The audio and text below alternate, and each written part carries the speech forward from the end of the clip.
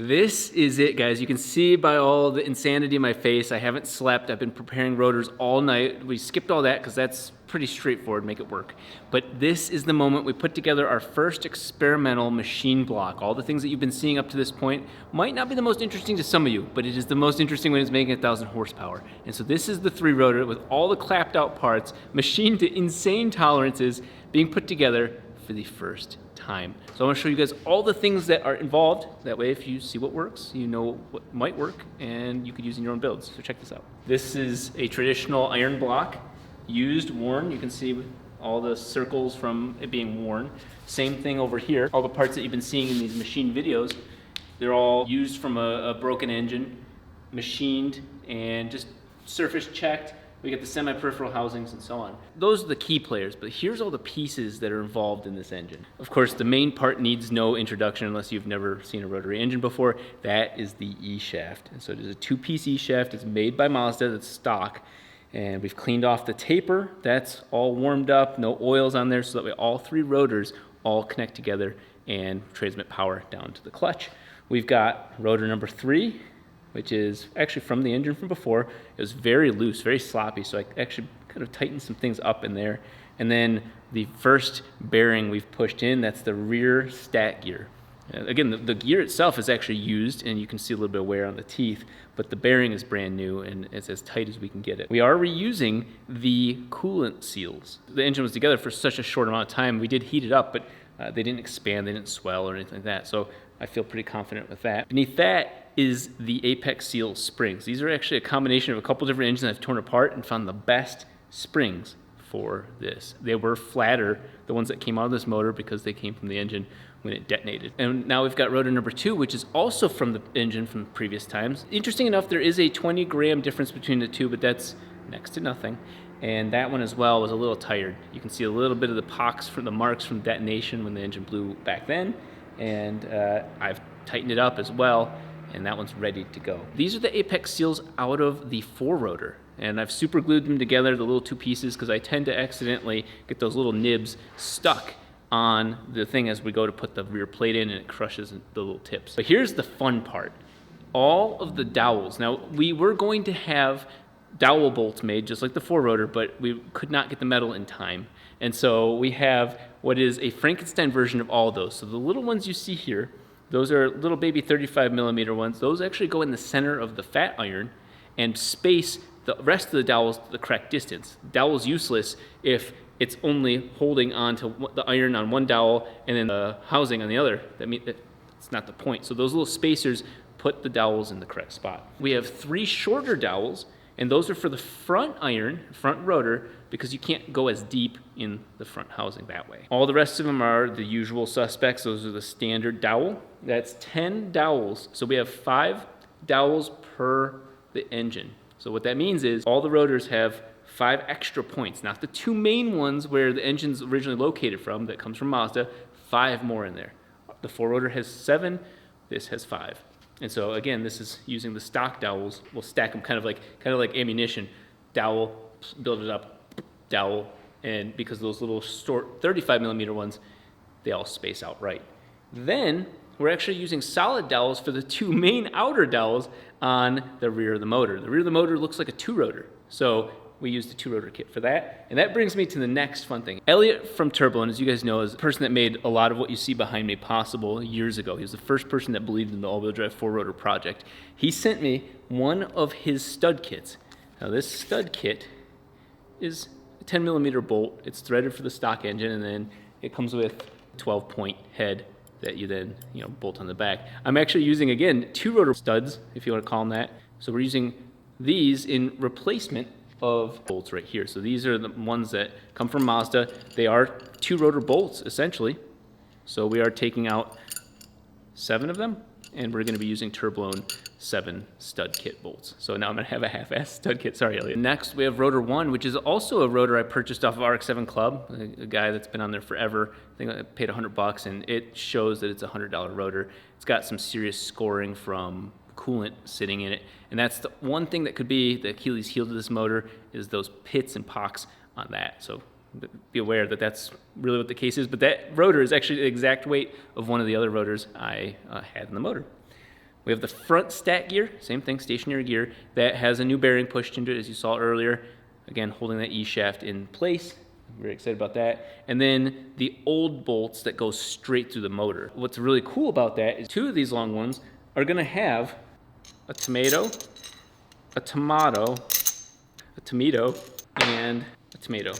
This is the poor man dowel bolt right there. And that's almost exactly, give or take something like that, is how it's gonna be sitting in the motor. I've measured it all out. So that's my dowel bolts, but they're purposely set up to where fat iron's right here, you've got a housing kind of sitting in here, iron, housing, and so on. They all cross over each other and hold the engine nice and tight.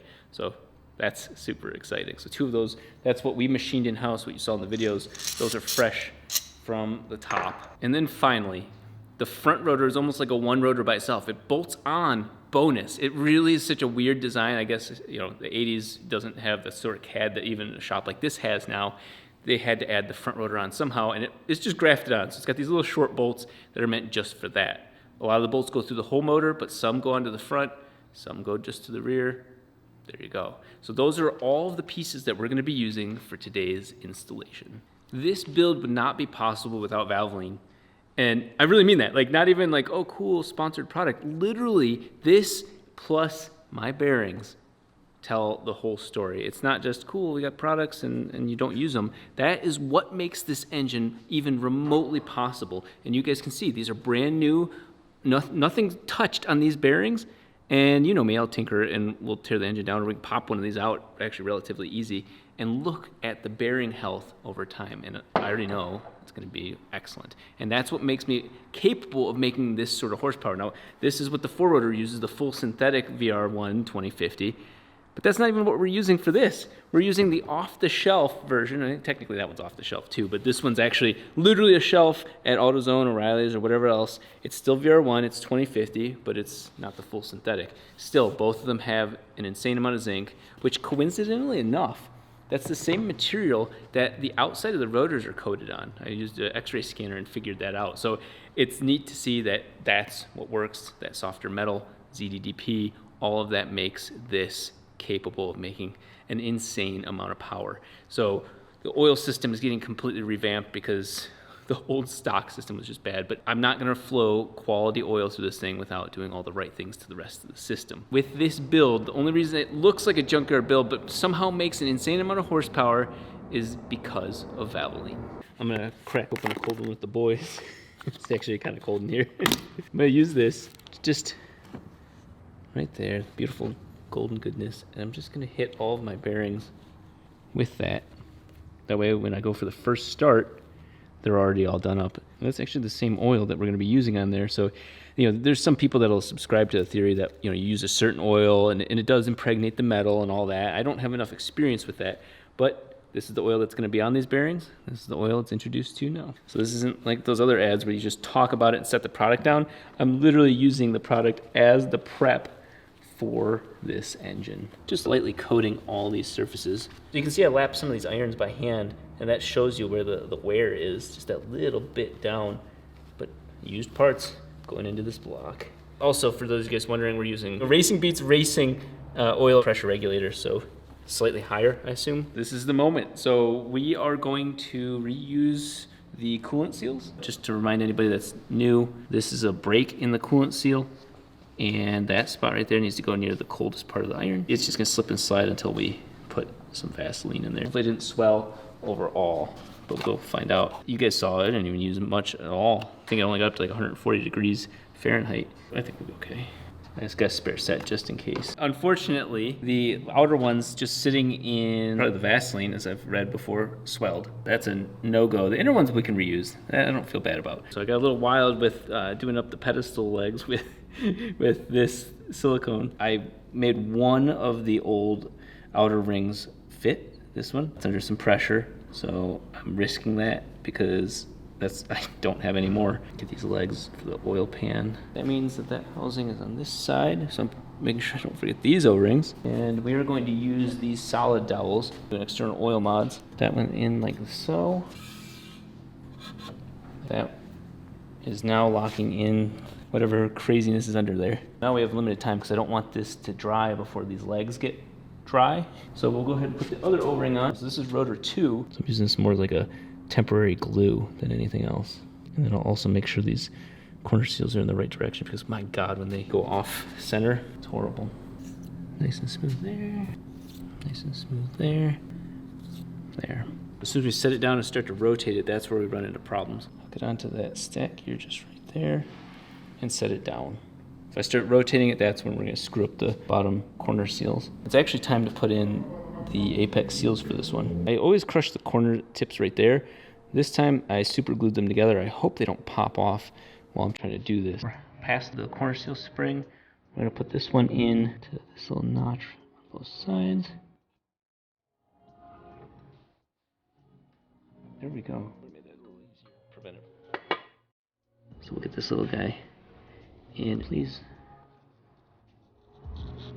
Normally if that's not super glued on there and you push this down, it's sticking out here and actually crunches onto that piece. 2 out of 3 will not go all the way down. Bringing this back out, this is just like side seal measuring. This is one of those things that sometimes slows you down. I'm gonna make a tool to fit in there and basically push the spring back and forth until it lets it get in the right spot. We're on round 2. There, very, very tight. Put the corner seal back on. Oh, a little stuck. I normally never do it this way, but I also never put these things in. This is gonna be fun. We have these tall guys. We'll just have to pick the E-shaft way up to get this iron on. So it's now time to put the intermediate iron on, but we have to prep all the seals. We're using brand new ones, thankfully. And it goes this way, so we're gonna prep this side first. We are gonna use brand new ones for this and aftermarket ones I'm testing out. This will look way better than that last one. Wow. Yeah, and so now our biggest problem is it falling out, which is what the Vaseline's for. And then this one should be way more satisfying. It's actually too small, so it errors on the other side. And this one, use an OEM, so I'll do that instead of an aftermarket one because it's gonna be upside down and that's the hardest one to get to. This is the most critical thing I've asked Chris ever to do, and he's willing and able. So he's gonna hold the E-shaft, pull that up. We're gonna do this extendo thing, try and get it over these and then slide it down without making the seals that are now on the bottom side fall or de-bead or some bullshit like that. I said, screw it, I'm gonna use gray RTV for this. Go ahead and pull that up and you're gonna have to balance it from the bottom. This is gonna be a team effort here. I'm gonna do this and then go ahead and grab the top of it. And then from there, we're gonna do the hard part. Higher, there. Don't set it on me. Bring it. Make sure all the seals look good. This is pod racing. Could have crushed a seal, but we'll find out. There we go. Jesus, that was the scariest part of that whole thing. That's proper. If I put this one in, it's gonna drop all the way straight through the engine. But this one is good, and this one. So these are the ones that will bottom out into the fat iron. Oh, look at that. That's what the dowel's in. That's exactly what's supposed to happen. I normally we're using this to pull them. Boom. Super tight fit. I think you guys can tell that. Thankfully, those dowels went exactly to where they needed to, which was halfway through the iron. The ones I'm really excited for, the 2 that we haven't put in yet, those are the ones that go through the whole motor. These are the ones we fixed. From there, see how to do that. We'll probably take these out just for the next housing, but that's just so cool. These, if we go right now, will go all the way through the whole block, and they would keep falling if I pushed them far enough. I'm gonna go back to Vaseline. I think I'm gonna switch to Hylamar. Everybody's got their own thing, but as you guys can see, I'm trying it on camera. We're gonna use aftermarket water seals from now on, and we'll see if they swell as well, because this is kind of cheap, easy way to do this. I don't like having to buy like a specialized product. Comes the inner one. For those of you guys watching this far into the video, I just want you to know that there's a LS rotary vehicle owner off camera, and he's watching, and he's jealous. I know he's jealous because he's got to do cams and valves and what? Like, you just poured it. Done. Let's show the guy. Let's show the guy. You're in the house of rotary, bitch. It's easier to put it on the housings, but I'm just over life at the moment. Yeah, I heard him. You guys can't hear it on the camera, but my boy said he's jealous. That's all I need. I need to hear that. Everything else kind of from here is easy parts. I just put these little second dowels in. Those touch those. End up halfway down that, just like that. Fuck. I'm gonna figure this out. We're in good shape, but this is pushing my limits of machining. I have the whole engine sitting on this fat iron, right? Well, when I hammered things, it caused the whole engine to open up like a book a little bit, and so it misaligned that. So I took this and just gently closed it. I don't want to close it all the way because it starts setting things in place, but I closed it a little bit and was able to hammer that in place. So now the whole engine is kind of wedged, so I feel safe pulling this back out. The goal is to get that done with the rear iron. That once the rear iron's in, we put these bolts in, be something like this, and then it would collapse all of this together, and at least we have a half-assed two-rotor all connected. I'll go ahead and put some Vaseline on this one. This side of the rotor has to go upside down. We are ready to put this rotor in place. Because I put the one rotor at a top dead center, bottom dead center, I don't remember what center, this one will also behave in a relatively similar fashion. The black tape is not part of my normal process, but again, things are just popping out. Now this one, I feel really good about. This is truly like the most rewarding part of the process. Like, I've done it. I'll leave that there. This is like such a hilarious process. You're doing the most critical things, but hey, why don't we do it with complete amount of oil and lubrication on your hands in front of really small holes in the engine that would require you to take the whole thing back down. I feel like all three are just gonna slide right in. I'm impressed that my first time super gluing these is actually held. I'm just gonna start with this one. Oh, yes. Ah, yes. Please, please. Yes, that never has happened in the history of my rotary building, and it probably will never happen again. All three went in smooth. All 7 now, the 2 original dowels, plus the 5 dowels that are supposed to be in here. The height of everything, that was all machined depths. Absolutely happy. So we're gonna go ahead and put the rear iron on now, but I just wanted to show you this, that something's finally working for me. It's been working wonderfully for me, but doing it myself, we're really making some serious progress. Put some silicone on the feetsies. So I feel like the 3-rotor and the 4-rotor keep taking turns going, okay, well, I learned this, you do this. Oh, I learned this, you do this. And we've applied all the billet 4-rotor stuff to this engine without it being billet. Curious how what comes out of this, pushing this engine harder and crazier and seeing what we learn. I am going to glue the shit out of these to this one because it's gonna be the one on the top and all the dowels are in and minor changes on each of them. I'm gonna have to beat that down. I just wanna make sure these don't fall off. I've never done this before. We'll all see together how this works. Make sure I put extra in the combustion chamber apparently. Time to put the icing on the cake. Like that. Wow, that actually worked. Now it is time for Elliot's kit to shine. And I'm not gonna lie, I wanted to use them more on this than anything else. This will probably be the last random cast motor I do for a while. So nice enough. Chris, can you get that exact hex? Which ones? They're mostly on this side. Okay. I'm gonna find out where they're not really quick too. The nice part about this kit is that you don't have to machine your block. So I'm using it for the exact opposite. But in this case, they're full solid 10 millimeter. Some of these are slightly shorter than the others, and I got bittersweet feelings about that. I didn't check the threads, I just got this far, and I didn't expect to get this far. So we'll see how far these taller ones bottom out. Unfortunately, the local supply store did not have a bottom tap for this, so we couldn't even clean that out either. You see all that tension we've got right there?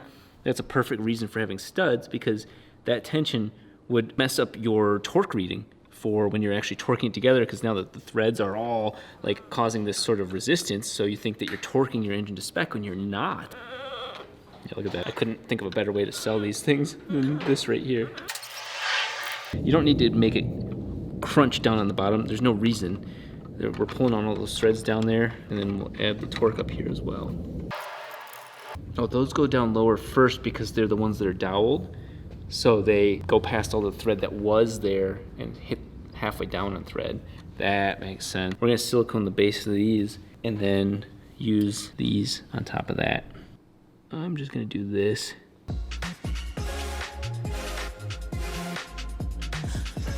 too nice of hardware for this car. Go ahead and do all the rest of them. I'm gonna just test fit this. While things aren't 100% finished, hopefully. Oh yes, that's a good sign. Okay, now watch this. This is them basically hand tight. Watch how much this much of the motor will sink as we tighten this. And you can actually see all the gaps. Hopefully that coolant seal fucking stayed. I will be so angry if it didn't. Just keep tightening the motor down. We won't go to full torque spec only because we want to fit the rest of the things and make sure the motor is looking good before we finish it all. But you can see how quickly these little guys start growing, realizing how much this engine actually compresses. You see how loose it is? We need to keep this engine at this level together, and now we can finally flip the block. Chris is back to help with this last piece. We'll spin it that way. I'm gonna act like I know what I'm doing. Okay, so that was the E-shaft making noise, thankfully. That's end play. We're on the home stretch. And we're gonna do some really wild things about this side. And this is more about the casting and avoiding that stuff, but we'll talk about that in just a second. So here we are with this taper again. I'm just gonna dry this off one last time. The rest of this is gonna be really fun, but I have a special thing I did just for this engine. I was sold this fat iron used, and it was cracked. So you can see it right here. This is the whole reason I was sold this iron, was because mine was cracked right there. What I'm gonna do is do something kind of cool. These are not traditional dowels. In fact, this is actually tool steel, it's really cheap, but it is exactly 16 millimeters in diameter. And so I just made my own baby dowels that are solid, so you can't have any liquid going through there. And so when I have the front iron, which has oil going in from the top here, normally people will block this off and have oil come through this little hole here. And so this whole thing gets blocked off. I'm gonna keep it open because I like feeding it from this one. That means oil can go out of here. Well, with a solid dowel, that's gonna massively reduce the amount of square inches, the surface area that pressure can go through. That, mixed with adding tons of sealant, it's gonna give me my best shot. That's really what I'm hoping for. So I made my own custom dowels for these two. They work perfectly. We put the rear dowels in, but we have to put this dowel in and put the little spacer in for the two main ones that are supposed to be long bolts. That's this hole right here. I machined that one. I'm so proud of that. Look at that. It fits, but it also just looks like it shouldn't. Same one on this side down here. So then these are little spacers that will go through the center of the fat iron once these get knocked down. This is adding dowels basically after the fact. Let's see how good this does. This is my first version ever. That did not hang up on anything, and everything else is already doweled together. Like the whole engine's in this half already together. I kind of test fit it, but not like this. So now we get the little baby ones. So it should hit the rear iron at some point, just like that. All the way to the back of the motor, they're all touching, and that is the one that now will go to the front rotor. I made these custom 3, so it should be, let's see if I did my numbers correctly, the same height. This is 4 dowels in a row. This is just one right here. I machined both of them to different heights in different blocks, and there's your first test fit right there. These all go in here. These were really a pain in the ass. Now with the CNC machine, I cleaned them up. With everything else already in, that shows you that little bit where I'm off. That's impressive. The rotor 1 lobe, this E-shaft's been through a lot with me. It's had oil problems. It's had a variety of issues. And thankfully, I think it's still got some life left in it. This, thankfully, will tighten. It's sad that I have to do this. What we'll do is, once the engine's all together, you torque the front and rear main bolts. We'll also kind of hit it a little bit just to get that everything to settle and to get that to sit on that taper properly. A little bit of work there to be done, but that E-shaft is back in place, and it is time to build this rotor. So my little sporadic feet going on right there, but that's not what I want to show you. It's now time to sauce this up. Again, we're talking about really small surface area here, but a solid dowel will really help with that. And to be honest, if this starts to leak, it'll leak out of here now. And we're just gonna grind this down and JB weld it. It's gonna be such a small amount of force. It's high pressure, right? 130 PSI, but it's such a small surface area that it really, JB weld will help with that. But they're not press fit, but they're not going anywhere. So we got the O-ring on both sides, yeah.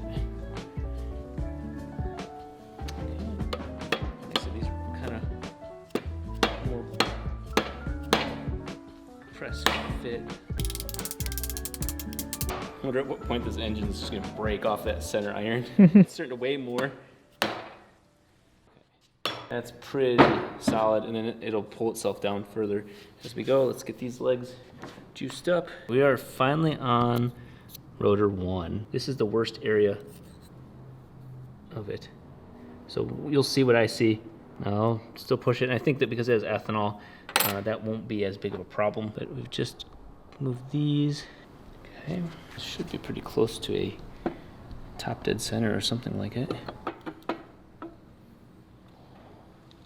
We're then gonna check this thing. Andrew grabbed this, and it's accidentally one of the best tools ever. So that one's good. That one's good. Okay, this might be 2 for 3 on getting these apex seals in.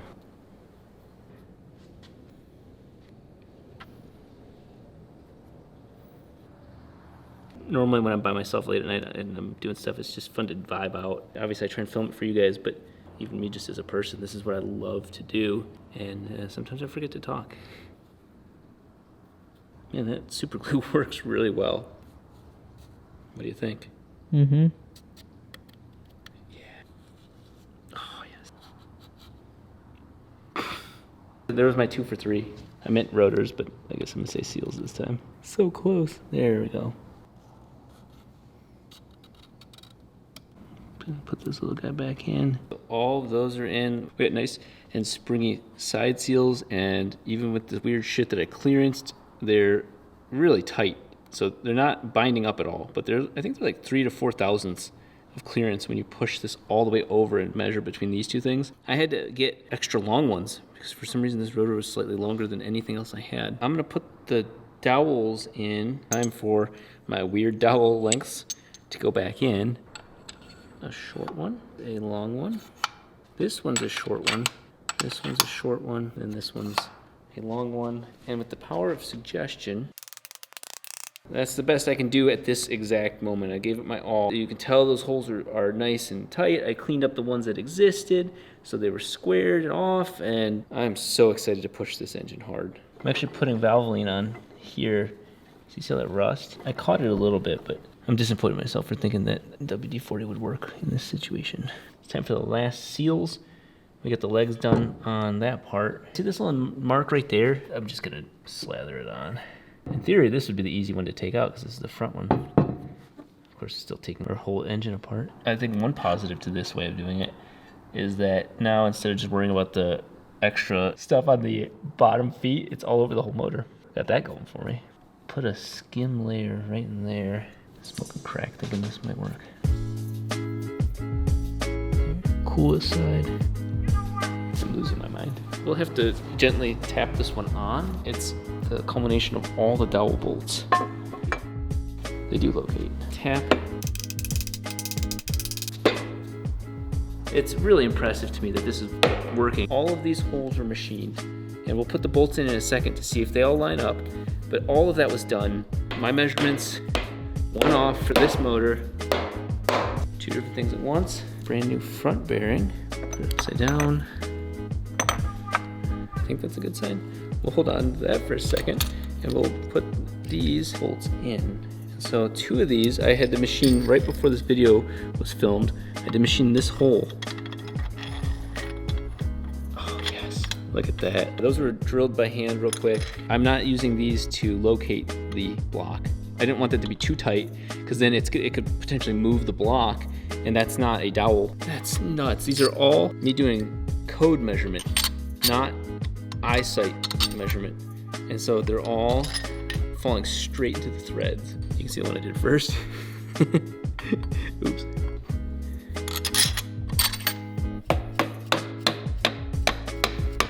That is a very critical moment because the bearings are 2 to 3 thousandths away from the E shaft. You can see it right there. That's the sort of tolerance there. I centered everything from this whole motor to the E shaft. Even though we have the 2 main dowels, if this gets locked up, it doesn't matter how right everything else is. It's so nice to see all these measurements and math and dots on a screen all turn into this. We're gonna put some more goop on these holes and send these ones home, and then we get to turn the whole thing upside down and put the long bolts through and see if those fit as well. Just gonna make up for the lack of iron right there. If you told me 3 years ago, hey Rob, you're gonna end up using a torque wrench, you know, you're gonna assemble motors properly, I'm gonna be like, what's a torque wrench? I don't even recognize myself anymore. It's so neat to see the growth, especially with this engine. This is the engine that really started the channel. And here we are building it with things that have influenced the channel and grown me as a person. This is for me personally, much less obviously making 1,000 horsepower, to go backwards and put this back into the car that helped me. Crazy. You're not supposed to use a torque wrench like that, but whatever. It's also me. Yeah, it's so neat feeling the block. Like each of these, I keep tightening them, and the block keeps dropping down a little bit more. Because at first it's my dowels causing the issue, and then it comes down to, okay, well, yeah, you hear that? That was cool. Then it comes down to the fact that the rotors have all the springs on the sides. What's neat though, oh, that's so cool. Again, just how tight these things are like popping into place. It means that my numbers weren't absolutely perfect, but so cool. They're close. That's 7 different dowels all threading on. And most importantly, their exact height I calculated so that way they get as far into the holes as possible, but not hold the thing up like stilts. So now with the front ones held in really solid, I'm going to flip this block and then put the final bolts in. Finally torque Elliott's bolts as well. We'll clean this area off for maximum RTV adhesion. And then these are the last of the stock bolts. I'd be terrified if these didn't fit.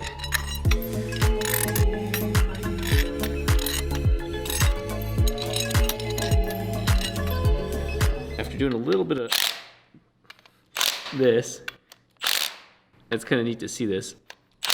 I'm bringing the whole motor down. Watch this. Remember I had tightened these earlier. Let's see how much it brought the whole engine down. Oh, there we go. You hear that? One last little correction. So I'm just going to set it to the low numbers, just so that way the block's ready for it, and retorque them. Same thing with all of these now. That's why I don't mind using that little stubby impact, because look at this. They were actually never really being torqued. So these are definitely the ones pulling the whole block together.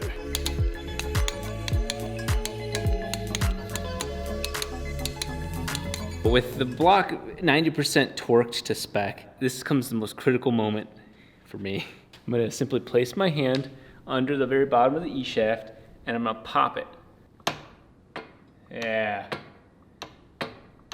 Now that is like a 1/2 inch of end play, but once you start putting all the spacers and the bearings here that basically prevent that from going up and down too much, that keeps the E-shaft floating in a nice middle area, and again, floating, it has to move a little bit in and out. The same E-shaft, but different irons could have changed the thickness of the motor, and that does change end play, or at least should. Things would be bad. It's either really bad or, hey, we're good. But there you guys go. That block is assembled. That's a completely fresh, machined animal. We'll see. We'll push this thing, and when it fails, you guys will know. It's a new day, and it is time to finish the rest of the short block. We're doing the whole front. We're gonna start with just getting the rest of the bearing put back in. I put really nice bolts in here, but you don't go insane. I used to think that you'd have to go insane on these. You don't. We got our oil system, plop that back on there. There's the oil feed line. And then we'll test end play and all that real quick. This is now time to do the front. This is actually one of the most intricate, fun parts for me, but what I wanna show you something. Everybody says, hey, check end play, but they don't really explain what that is. And I wanna point out, this is the outer part of the bearing that's bolted to this. That edge right here is actually the E-shaft. And so see that little thing popping up and down? On a 2-rotor, that's literally machined into the thing, and on a 3-rotor, that's the front lobe. And why that matters so much is you actually are controlling the distance of this E-shaft up and down off of that lip. Nobody ever explains that. It was so confusing. So this is the magic top down of what you're doing. That spacer inside of there is connected to the E-shaft, and then this outer ring right here is connected to the outside of the block. And so what you're doing is controlling how much that E-shaft can walk left and right before it hits a bearing. You can see it's actually hitting this bearing or whatever it's resting on the inside. So the goal is to use these that are meant for this job. To do this whole process right here, you add this ring which again is just an E-shaft extension piece. It's not touching out here, it's touching on the E-shaft, and you can see that by that right there. And then we can actually just plop this whole thing down. Make sure that's like that. This is just a little extension piece, that's all it is. This piece is now connected on out here, like that, and then this is here. Cool, so what does this bearing ride on? Here, there's the race for the other side of that bearing that is on the counterweight. And the wild part about that is, this is now connected to the E-shaft. This here hits the edge of this little spacer. So this bearing on the outer side is also the E-shaft. So you've got E-shaft on each side being able to hit on the outer sides of each of these bearings, and the inner side is controlled by the motor. If you think of it this way, it's outside of the motor, which is in the center of this thing, or E-shaft on this side and E-shaft on that side. So the E-shaft's just swinging back and forth, bouncing off of these bearings if it needs to. We're gonna go ahead and put the key in there, plop this guy down. You can't measure it right now because you have to screw this in and it has to push down on this properly, because remember that front lobe, it still hasn't been seated fully. So you actually just stack all the rest of your shit. You really don't even need the key for this. I kind of bounce around in my order of operations. Put all this on there. And then now we tighten this front bolt. You can see that it has room to go down. This lip here, and then you can see how this lip sticks out higher. So you see that height difference? We're gonna see how much torquing it down pushes the E-shaft together. We'll also check in play. Let's send it all together. Good enough. On multi-piece rotors, you do want to torque that front one down. Again, I'm not a lawyer, I'm not a financial analyst. It's just just what I do. It needs more torque to seat that in there. But let's see how close this in play is right now. Okay, nice. There is not in play. Been a little rusty on this. You can't see it at all, but I can feel this little click, click. We need a dial indicator. We need something to be able to do this, and I actually have a tool that will kind of half-ass that. This we'll actually use to check. This is the most professional thing I've ever done, and it's still not perfect because this tool isn't square with this. They have dial indicators for that, but this is still reasonable. I think this is still, I'm kind of proud of this. Each line of those is 1/1000th of an inch. Let's see how much this engine moves back and forth. 1,000. Is it more than one mark, like the slightest bit? It starts below a line, Yep. and then finishes a little bit above the next line. That's what I want, yeah. So it's more than 1/1000th, but just barely. I had to go Google the specs because I never really knew them, but that's tight. That is definitely tight, but it is about 1.5 thousandths, and that's roughly the tighter end of the spec. If I had a slightly thicker spacer, I'd throw it on here, but we're in the range. I'm sure as a race engine, you know, sometimes they want looser things. We are in a good spec. We'll go ahead, disassemble this, and build it all fully. It looks like a lobe, which it really is. It's kind of like a supercharger in a sense. This is for the oil pressure. It fits in like that. Over here, this guy in. That's for the oil meter pump, but we don't have that in here anymore. This guy goes on. This to me represents one of the sketchiest things on this car. It's something I would come up with, so I know it's sketchy. It's both a nylon washer and a O-ring that protect the oil pressure, because oil pressure is being generated right through here, through the pump. It's blocked off there, it's blocked off here, but it comes out through the front cover.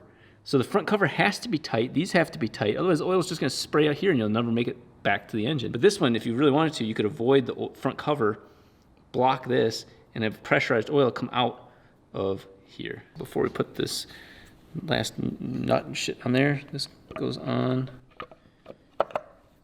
It's got 2 locating dowels on that as well.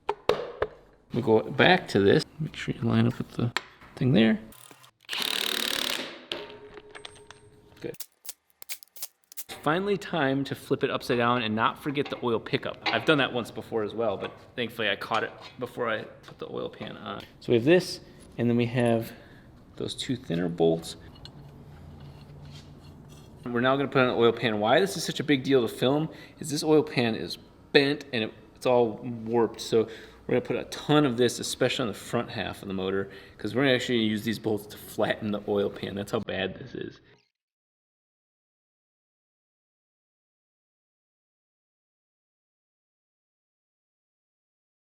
Look at that. Weird ass distortion. That's the reason for what we're doing right now. I'm actually going to be basically some of the bolts done as like anchor bolts. Okay, so I'm just gonna put one.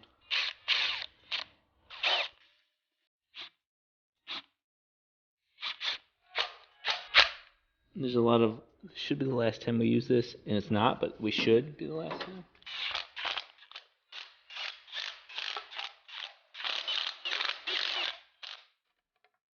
That's good. So we'll trust that the stock counterweight position is right, and drop that on there. We'll impact this on as well really hard, but then we'll also get a hand wrench so we can spin the engine around. 2 1/8, 55 millimeters, something like that is what you need for the rear of most engines, not the 4-rotor, by the way. Seems good. One of my favorite parts about Teng Tools kit is that I got the 3/4 inch ratchet. We are actually going to loosen, because technically the engine's spinning intake, compression, exhaust.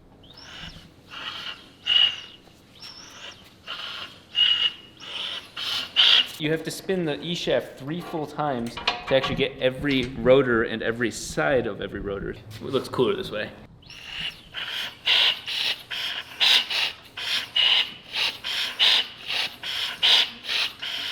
That's compression. That's really exciting. We could actually put all the spark plugs back on, and then you can actually hear the compression here, and then it doesn't let go until it goes back out the exhaust, so you hear psh, psh, and it becomes much harder to turn. Right now we're letting all that compression just come out of these. How exciting though. This is, didn't bind up.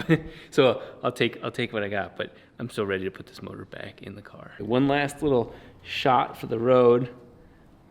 We'll just pour it into the bearing. Let it seep down there. She's really lubed, ready to go. Those bearings have some juice on there. The only bearings that aren't getting that are the rotor bearings. That's why we did them ahead of time. Time to put the clutch back in and center that up. And then we'll go get some red Loctite for those. Oddly enough, this is the first time using this type. It looks like oil. These are like 70 foot-pounds of torque or something like that. Okay. Everybody here did a good job at not really touching these things. There's maybe one fingerprint right there. It's gonna be Chris. I'm gonna have to murder her. This thing is a 9-inch, so it really should do a good job. Flywheel.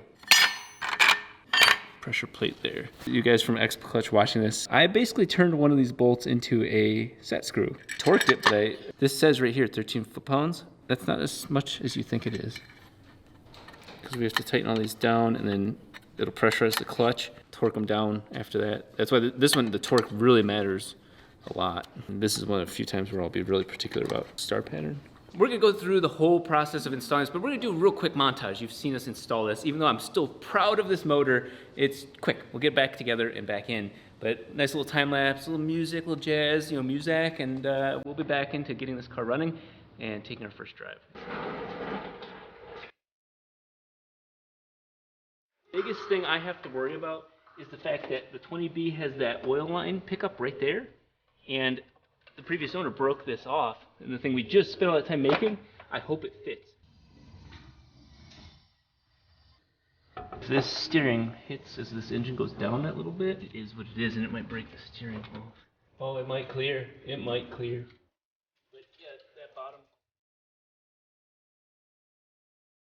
So this is super exciting that we get to take this back off, and the engine sits on its own, and then we'll go back to your regular scheduled music. Okay, she's free.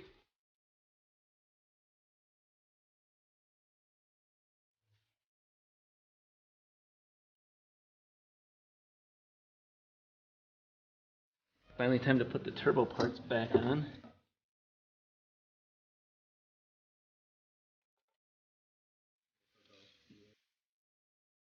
So we've got the turbo on, everything is looking good. It's this, it makes the car look very OEM. This wasn't meant to be part of a video. In fact, this was meant to be weeks from now when I go to put the new intercooler on here. But there's something that needs to die. This front crash bar has been in my way for the entire time. I know it's necessary because it's also holding on the hood, but we'll tube that and make it much easier. My intercooler's hitting this. The intercooler sits like right here. Half of it's being blocked by this. So it is just time for this thing to go. I tried moving it out of the way just to make amends until we get to that point, but no.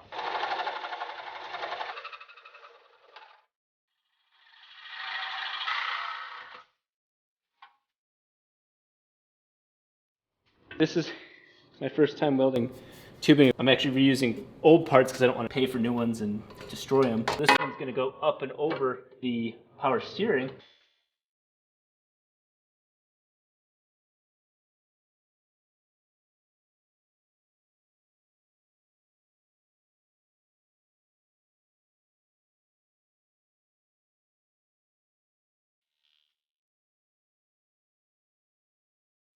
This is a very reminiscent mood because I have had this thing forever. This is my work right now, but there were all these hangers on there that I couldn't do anything with, and they'd already bent and broke off, including the one on the very top of this thing. You can see this thing's been through hell. I cannot wait to put my Garrett intercooler on there, but I want to compare this old school Greddy 3-row to that. It doesn't mean a lot, but like being able to weld my own things onto this thing when I've stared at it for years hoping that I could JB weld it. When I hit the guardrail in the rain, it cracked it here, and I just put tons of JB weld after I scuffed the shit out of it. So I want to just put a nice bead there as well.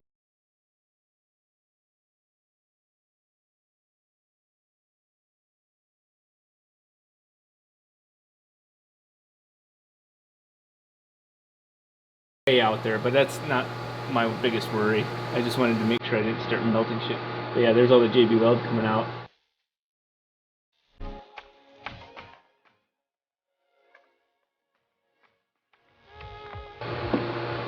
Now that we're firing the 3-rotor up for the first time with all new bearings, we're going to do it right, and we're actually going to use break-in oil to do that. Now this is a little bit thinner, it's got more zinc, it's got a lot more other additives to help wear in bearings properly right away. It's not a recommendation for you guys, this is just what I'm doing with this car. We'll look at the bearings later, because some cars you don't want to use break-in oil because it won't let you break it in the right way. There's certain types of cars, and I'm not an expert on those vehicles, but this has a very beautiful place, and it is inside of that motor. I really want to see what this stuff looks like because it's not traditional motor oil. It's like honey. That's what break-in oil looks like. We'll go back to our VR1 2050 in a second. You know my favorite thing about 5-gallon buckets? Just really light, easy. Oh, just talking to Chris. This could be really messy. Oh. Confident. I own this. This is an exciting moment. Yeah, it looks like whatever, 2 weeks ago for you guys, but this is a whole new engine built from scratch, machined as you guys saw. So here comes the first start. We turned it over to build oil pressure, and that's it. Just so we make sure all the oil lines didn't fail on us. We got power steering, we got a 3-rotor, we got Isaiah here. Nothing can go wrong.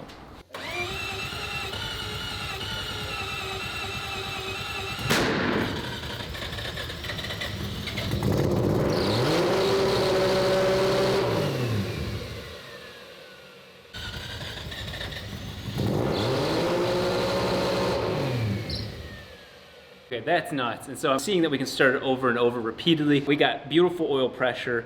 It's not shying away from oil pressure at all. It's almost a little too high for what I was expecting, but it also revs so high that it builds pressure very quickly. So we are in a good spot. I'm gonna go ahead and let it fire up one more time, and I'll hold it higher. You know, let it play out. That's about 3,000 RPM that you're hearing, and we'll just see what happens. But all the safety is good. Logs are good, everything's good. So we're gonna go ahead and fire it up again.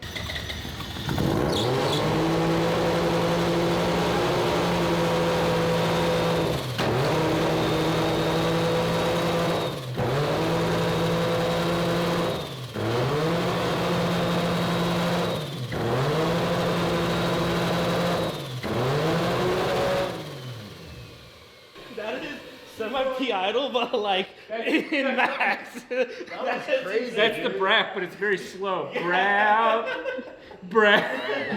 We do it differently around here. The first time I touched it to like bring it back, but all those other times it was just. I was watching the throttle. Yeah. I was like, interesting. It's on though, so it's on. Yeah. You know what we do? We play it at like 300% speed and say, She is idling high, which is a wonderful problem sometimes, but not right now. We are trying to control this thing, and first thing that comes to mind is vacuum leak. And so we're gonna take off the intake manifold, look at the throttle body, look at all those parts. We did a couple diagnosing things off camera just to save you guys some time. This thing's a little warped, but again, we're looking at symptoms. We don't have an answer yet, so we're gonna take the intake manifold off. This was built to block off this channel right here, so we're gonna actually just weld that channel in and then grind that whole face flat, and we don't need this thing that is actually pretty warped.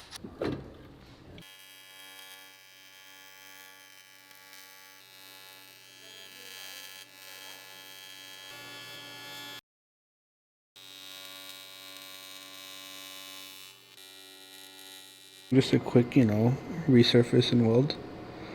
Something light. Do this every day. Everything from the throttle bodies back was a problem, and it should be no more. We feel confident enough to put the intercooler charge pipe on. Let's see what she idles at.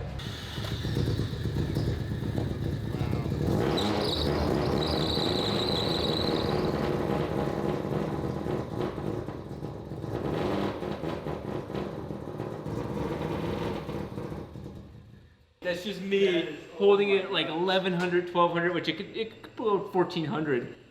Oh, oh, actual rotor. That is Any kind of experience. You heard the difference. Watch. You guys listen to this. And then this. That is the difference between just intake manifold leaks and weirdness, but that is a semi-PP. Oh man. We'll turn the idle back up a little higher because we closed everything off.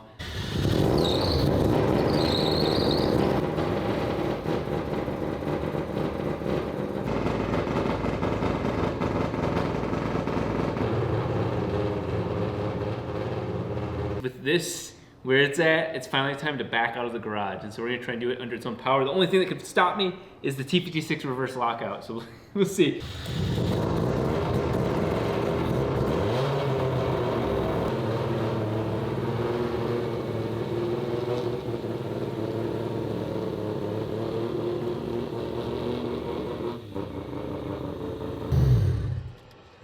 Oops, that's awesome. I even felt my power steering working. I've ripped my laptop battery out. Do you hear how responsive she is? Oh my God, I got tons of tuning to do, but that just moved out on its own power steering. Turbo's still spinning. Turbo's still spinning. God, that's even a previous gen Garrett, and we got a lot more work to do in terms of tuning because I'm just getting used to it. We ran out of fuel, but it's finally time to add all the fuel to the fuel tank, get all that working. But I would turn the steering wheel and it turned, and I was like, instead of, yeah. Those pull-ups. Yeah. Oh my God, how awesome. It's sounding better and better every time. So it's been 2 years since this car has ran, and I think you were there for the last time. So it's kind of come full circle, and obviously we're testing a lot of the billet test pieces in here, but it's so neat that, this engine's running with all my machine work. And I finally convinced him to go semi-P because, And we got power steering, so we're gonna go take it for a quick loop and come back.